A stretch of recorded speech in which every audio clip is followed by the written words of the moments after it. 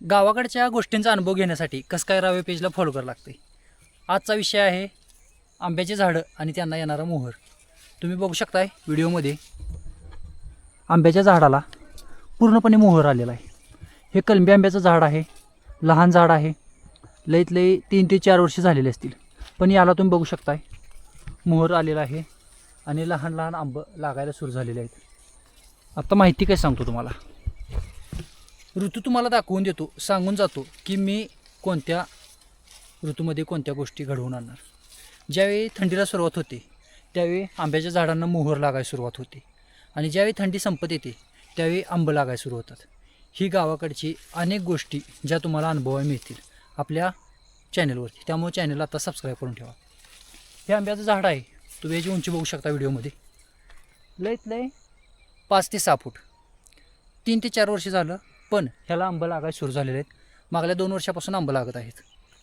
मोहर पण चांगल्या प्रमाणात आलेला आहे आणि आंब पण चांगल्या प्रमाणात लागतात। हे कलमी आंब्याचं झाड आहे, आपला हापूस आंबा टाईप साधा जो केसरी आंबा असतो तसा आंबा आहे।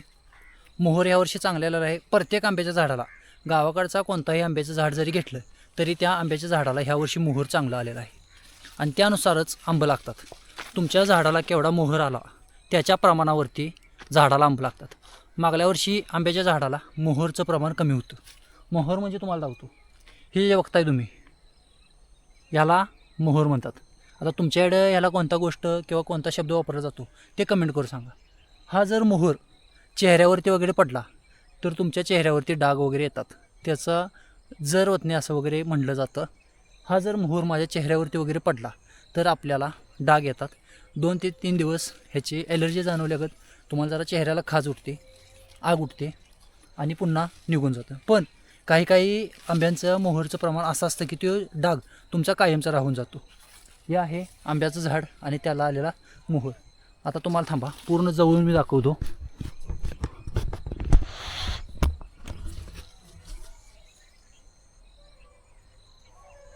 हा मोहर आहे, तुम्ही बघू शकताय लहान लहान आंबे लागायला, बारीक बारीक आंबे लागायला सुरुवात झालेली आहे। झाडाची उंची तुम्ही बघू शकताय, झाड एकदम लहान आहे, कलमी आंब्याचं झाड आहे।